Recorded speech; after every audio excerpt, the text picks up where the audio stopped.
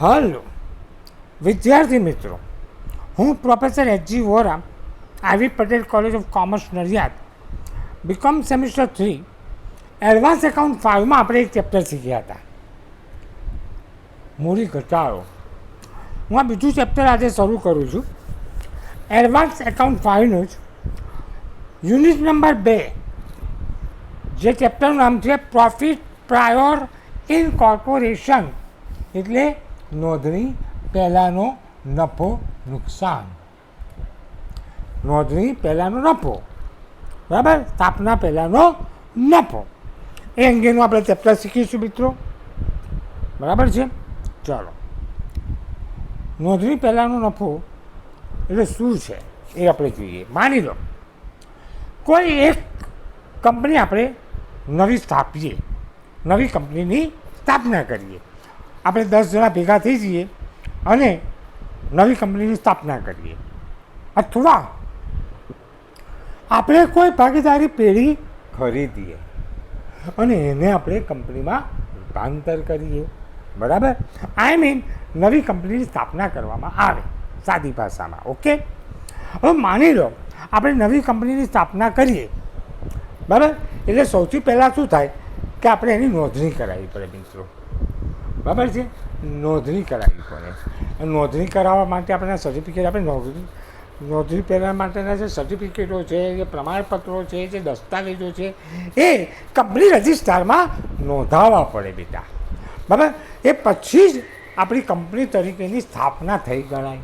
હવે ઉદાહરણ તરીકે સમજાવો, માનો આપણે 1 જાન્યુઆરી કંપનીની શરૂઆત કરી, બરાબર, કોઈ કંપની બનાવી દીધી, અથવા 1 જાન્યુઆરી કોઈ ભાગીદારી પેઢીનો ધંધો ખરીદી લીધો અને આપણે કંપની તરીકેની એની વ્યવસ્થા શરૂ કરીએ છીએ, નોંધણીને બધું કામ. તો જાન્યુઆરી મહિનામાં આપણે શું કરીશું? જાન્યુઆરી મહિનામાં બધા દસ્તાવેજો, કાગળિયા, એ બધું કંપની રજિસ્ટરમાં નોંધણી માટે આપીશું. બરાબર, જાન્યુઆરીમાં બધા કાગળિયા ભેગા કરીશું, ફેબ્રુઆરીમાં બધા ફોર્મ ભરીશું અને આપીએ એટલે આપણને માર્ચ કે એપ્રિલ મહિનામાં કંપની રજિસ્ટ્રાર કંપનીની સ્થાપનાનું પ્રમાણપત્ર આપે બેટા, કે આ તમારી સ્થાપનાનું પ્રમાણપત્ર છે, નોંધણીનું પ્રમાણપત્ર. તમારી કંપની તરીકે નોંધણી થઈ ગઈ. હવે આપણે જાન્યુઆરીમાં કંપની શરૂ કરી હતી, રાઈટ? જાન્યુઆરી, ફેબ્રુઆરી, માર્ચ, 3 મહિનામાં આપણે પ્રોસેસ કર્યો નોંધણી કરાવવાનો. આપણને નોંધણી ક્યારે મળી? તો કે આપણને નોંધણી થઈ 1 એપ્રિલે. આખો જાન્યુઆરી, ફેબ્રુઆરી ને આખો માર્ચ, આખા 3 મહિના આપણે કામ જ કર્યા. બરાબર, નોંધણી કરાવવાના, કંપની રજિસ્ટરમાં ફોર્મ ભર્યા, દસ્તાવેજો, આર્ટિકલ ઓફ એસોસિએશન, ડિરેક્ટરો, એના પ્રમાણપત્રો, આ બધી વસ્તુ આપણે જમા કરાવતા 3 મહિના થઈ ગયા. અને કંપની રજિસ્ટ્રારે જે કંપનીની નોંધણી કરે છે એને આપણને 1 એપ્રિલના રોજ નોંધણીનું પ્રમાણપત્ર આપ્યું કે ચલો આ 1 એપ્રિલથી તમારી કંપનીની માન્યતા, તમારી નોંધણી થઈ ગઈ, તમારી સ્થાપના થઈ ગઈ. હવે ખરેખર જોવા જાઓ ને બેટા, તો આપણે જાન્યુઆરીમાં આપણે સ્થાપના કરી હતી, આપણે શું કરીએ ખબર છે? જાન્યુઆરીથી ધંધો ચાલુ કરી દીધો હોય એટલે આપણે જાન્યુઆરી, ફેબ્રુઆરી, માર્ચ, આ 3 મહિના ધંધો તો કર્યો જ હોય. બરાબર, પછી એપ્રિલથી ધંધો, 1 એપ્રિલથી આપણને કંપની તરીકે સ્થાપના થઈ, તો આપણે પહેલાં 3 મહિના તો કંપની હતી જ નહીં, રાઈટ? કંપની પ્રોસેસમાં હતી, ઇન પાઇપલાઇન. કંપની હજુ સ્થાપનાનું આપણને પ્રમાણપત્ર નહોતું મળ્યું જાન્યુઆરી, ફેબ્રુઆરી, માર્ચમાં. કારણ કે સ્થાપનાનું પ્રમાણપત્ર આપણને ક્યારે મળ્યું? 1 એપ્રિલ. પણ આપણે જાન્યુઆરી, ફેબ્રુઆરી, માર્ચમાં ધંધો તો ચાલુ જ રાખ્યો.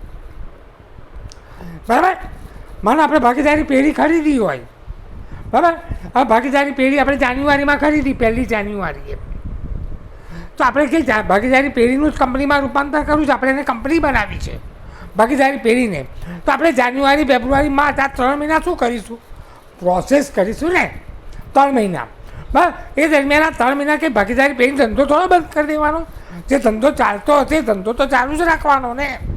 ઉત્પાદનનું કાર્ય, વેચાણનું કાર્ય, એ તો ચાલુ જ રહે. બરાબર, અને આપણને પ્રમાણપત્ર ક્યારે મળ્યું? સ્થાપનાનું 1 એપ્રિલ. એનો અર્થ એમ થયો કે માની લો 12 મહિનાનું વર્ષ છે, તો જાન્યુઆરી, ફેબ્રુઆરી, માર્ચ, આ 3 મહિના આપણે ધંધો કર્યો, પણ કેવો? કંપનીની સ્થાપના થઈ નહોતી. અને એપ્રિલ પછી ના 9 મહિના, કયા? એપ્રિલ, મે, જૂન, જુલાઈ, ઓગસ્ટ, સપ્ટેમ્બર, ઓક્ટોબર, નવેમ્બર ને ડિસેમ્બર. આ 9 મહિના આપણે કંપની થઈ કહેવાય. બરાબર.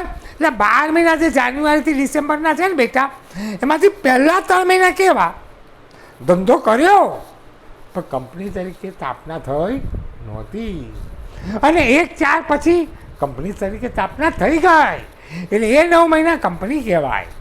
પછીના બધા વર્ષો કંપનીના જ છે. પણ પહેલી વાર આવું બને કે ના બને? એકવાર જીવનમાં એકવાર બને ને કે પહેલાં 3 મહિના અને પછી 9. તો આનો અર્થ તો આખા વર્ષનો નફો હોય આપણો, હોય ને, જાન્યુઆરીથી ડિસેમ્બરનો વર્ષ. એમાંના પહેલાં 3 મહિના કંપનીની સ્થાપના જ નહોતી થઈ, અને પછીના 9 મહિના કંપની થઈ ગઈ. તો આ નફા, આ ખર્ચા, આ આવક, એને આપણે ભાગ કરવા પડે. કેવા ભાગ ખબર છે? 1 નોંધણી પહેલાંનો, 2 નોંધણી પછીનો. એટલે જો આપણી નોંધણી ક્યારે થઈ તો 1/4. તો આપણું જે 12 મહિનાનું વર્ષ છે જાન્યુઆરીથી ડિસેમ્બરનું, તો એમાંના પહેલાં 3 મહિના નોંધણી પહેલાંના કહેવાય, કારણ કે એપ્રિલ પહેલાંના. અને બાકીના 9 મહિના એટલે 1 એપ્રિલથી 31 ડિસેમ્બરવાળા 9 મહિના નોંધણી પછીનો સમય કહેવાય. રાઈટ. તો આપણે નફો તો 12 મહિનાનો હોય ને. હા, તો આપણે હવે નફાના 2 ભાગ કરવા પડશે. નોંધણી પહેલાંનો નફો, નોંધણી પછીનો નફો. ખોટ હોય તો નોંધણી પહેલાંની ખોટ, નોંધણી પછીની ખોટ. બરાબર. પછી નફો ખોટ શોધવા માટે મિત્રો ખર્ચાના 2 ભાગ કરવા પડે ભાઈ. જે વર્ષના ખર્ચા કર્યા હોય એમાંય નોંધણી પહેલાંના ખર્ચા કેટલા, નોંધણી પછીના ખર્ચા કેટલા. સમજ પડે છે? હા, તો આપણે 2 ભાગ કરવા પડે. 1 નોંધણી પહેલાં, 2 નોંધણી પછી. એનું નામ છે નોંધણી પહેલાંનો નફો નુકસાન. મિત્રો આમાં 4 પ્રમાણ યાદ રાખવાના. કેટલા પ્રમાણ યાદ રાખવાના બેટા? 4. જો વેચાણનું પ્રમાણ. કયું પ્રમાણ? વેચાણનું પ્રમાણ. સમજાવું છું, શાંતિથી સમજીએ. 2 સમયનું પ્રમાણ. 1 વેચાણ પ્રમાણ, 2 સમય પ્રમાણ. 2 પ્રમાણ થયા. 3 નોંધણી પહેલાંનો સમય, અને નોંધણી પછીનો સમય. તો કેટલા પ્રમાણ બેટા યાદ રાખવાના? 4. વેચાણ પ્રમાણ, સમય પ્રમાણ, નોંધણી પહેલાં અને નોંધણી પછી. એટલે શું ખબર છે બેટા? હવે આખા વર્ષની આવકો અને ખર્ચા આપણી પાસે હશે. આખા વર્ષની આવકો અને ખર્ચા હશે. આપણે 2 ભાગ કરવા છે. શું કરવા છે? 2 ભાગ કરવા છે.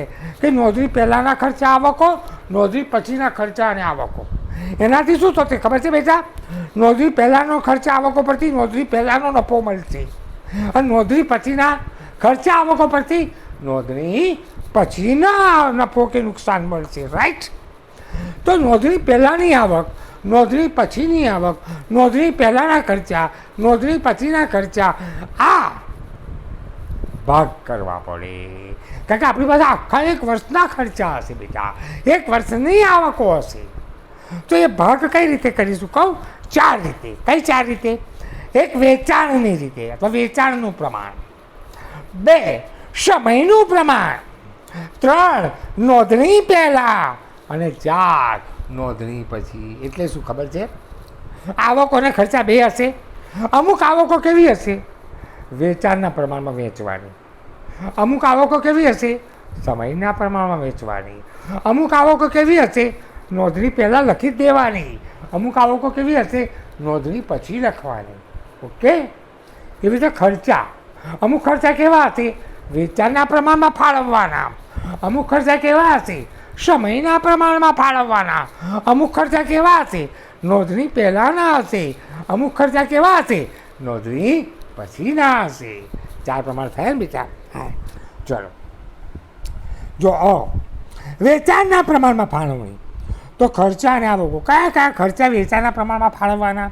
જો જાહેરાત ખર્ચ, આપેલ વટાવ, જાવકમાર ગાળા ભાડું એટલે વેચાણ ગાળા ભાડું, ઘરખાત, સેલ્સમેનોનો મુસાફરી ખર્ચા, સેલ્સમેનના ભથ્થા, સેલ્સમેનનું કમિશન. બરાબર. અને આવકોમાં કાચો નફો એ વેચાણના પ્રમાણમાં ફાળવવાનો. આ બધી વસ્તુ વેચાણમાં ફાળવી દેવાની, બરાબર છે? 2 ભાગ કરવાના. ચલો, સમયના પ્રમાણમાં શું શું ફાળવવાનું?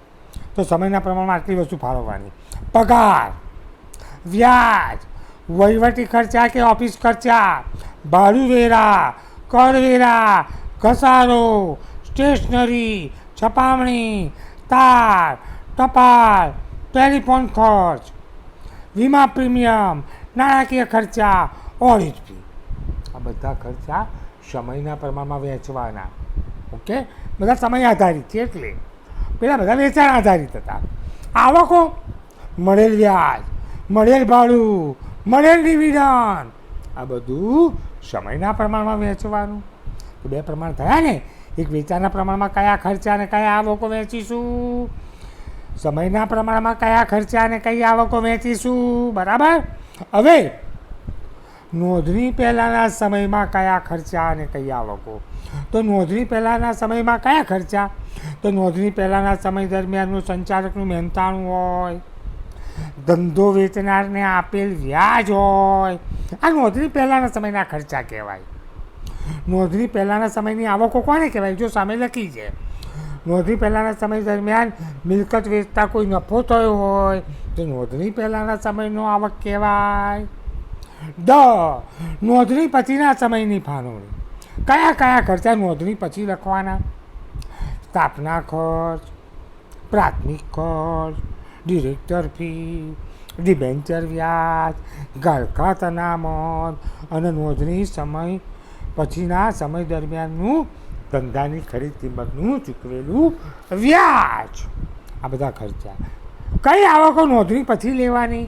શેર ટ્રાન્સફર ફી, એટલે કે શેર ફેરબદલી ફી.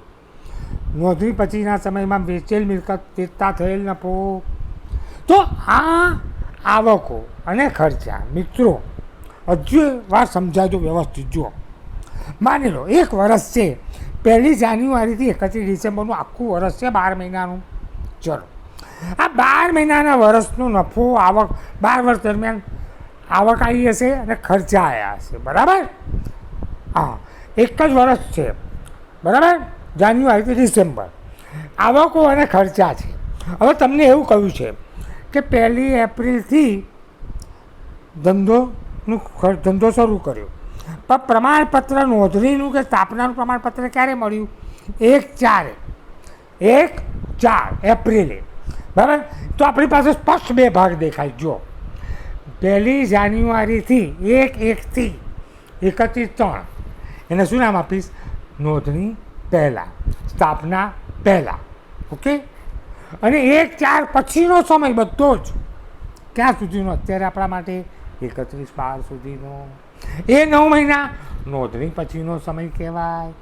તો હવે આપણે પત્રક બનાવવું પડશે કે આખા વર્ષનો આવક, આખા વર્ષના ખર્ચા આપ્યા હશે, તમારે વહેંચવાના, 2 ભાગ કરવાના. આ નોંધણી પહેલાંનો અને નોંધણી પછીનો 2 ભાગ કરવાના. તો અમુક ખર્ચા, અમુક આવકો કયા પ્રમાણે વહેંચીશું? વેચાણના પ્રમાણમાં. અમુક ખર્ચા અને અમુક આવકો કયા પ્રમાણમાં વહેંચીશું? સમયના પ્રમાણમાં. અમુક આવક અને ખર્ચા કયા પ્રમાણમાં વહેંચીશું? નોંધણી પહેલાંના સમયમાં મૂકી દઈશું. અને અમુક ખર્ચા અને અમુક આવકો શેમાં લખીશું? નોંધણી પછીના સમયમાં લખી નાખીશું. 4 પ્રમાણ. 2 શોધવાનું છે. એક વેચાણનું પ્રમાણ શોધવાનું અને એક સમયનું પ્રમાણ શોધવાનું. બસ આટલું હોતું એટલે પતી જાય. ઓકે બેટા? ચલો, પત્રક કેવું હોય? જો બેટા, પત્રક આવું હોય: નોંધણી પહેલાંના અને પછીનો નફો નુકસાન દર્શાવતું પત્રક. વિગત: ફાળવણીનું પ્રમાણ. નોંધણી પહેલાં અને નોંધણી પછી જો 2 ભાગ આપ્યા છે. નોંધણી પહેલાંમાં ખર્ચા અને આવકો 2 ભાગ, નોંધણી પછીમાં ખર્ચા અને આવકો 2 ભાગ, એટલે કુલ 6 કોલમ. કઈ 6 કોલમ? જો ફરી બોલું છું: વિગત, પછી ફાળવણી કયા રીતે કરવાની છે તે, બીજું કોલમ. પહેલું વિગતનું, બીજું ફાળવણીનું, પછી નોંધણી પહેલાં એમાં 2 ખર્ચા આવકો, નોંધણી પછીમાં 2 ખર્ચા અને આવકો, બરાબર? એટલે નોંધણી પહેલાં નોંધણી પછી આપણે 2 ભાગ કરીશું. માની લો પહેલો જ છે નફો. નફો આપણે પહેલાં મેં કહ્યું હતું વેચાણના પ્રમાણે વેચવાનો. તો નફો આવક કહેવાય. તો જો નોંધણી પહેલાંમાં ડેશ ખરાની નિશાની કરી છે, નોંધણી પછીમાં ખરાની નિશાની કરી છે આવકમાં, બરાબર. પછી બીજી કોઈ આવકો હોય તો એ આવકો પણ લખી નાખવાની આવકમાં. પછી ખર્ચા લખવાના, જેટલા 8-10 ખર્ચા આવ્યા બધા ખર્ચા વેચવાના, બરાબર. એક નોંધણી પહેલાં લખવાના અને પછી નોંધણી પછીમાં લખવાના, બરાબર. કઈ રીતના હશે? યા તો વેચાણનું પ્રમાણ હશે, યા તો સમયનું પ્રમાણ હશે, યા તો નોંધણી પહેલાં હશે અથવા નોંધણી પછી હશે. બસ આ રીતે મૂકી દેવાના, બરાબર. એટલે તમને 2 ભાગ મળશે, એક નોંધણી પહેલાંના આવક અને ખર્ચા, નોંધણી પછીનો આવક અને ખર્ચા. પછી ખાતું બંધ કરવાનું એટલે શું ખબર છે? નોંધણી પહેલાંમાં આવકનો સરવાળો કરવાનો અને બાકી શોધવાની, બરાબર. મીન્સ નોંધણી પહેલાંની આવકનો સરવાળો કરી ખર્ચા બાજુ લઈ જવાનું એટલે નોંધણી પહેલાંનો નફો મળી જશે. એ જ રીતે નોંધણી પછીની આવકનો સરવાળો કરવાનો, ખર્ચા બાજુ લઈ જવાનું તો નોંધણી પછીનો નફો મળશે.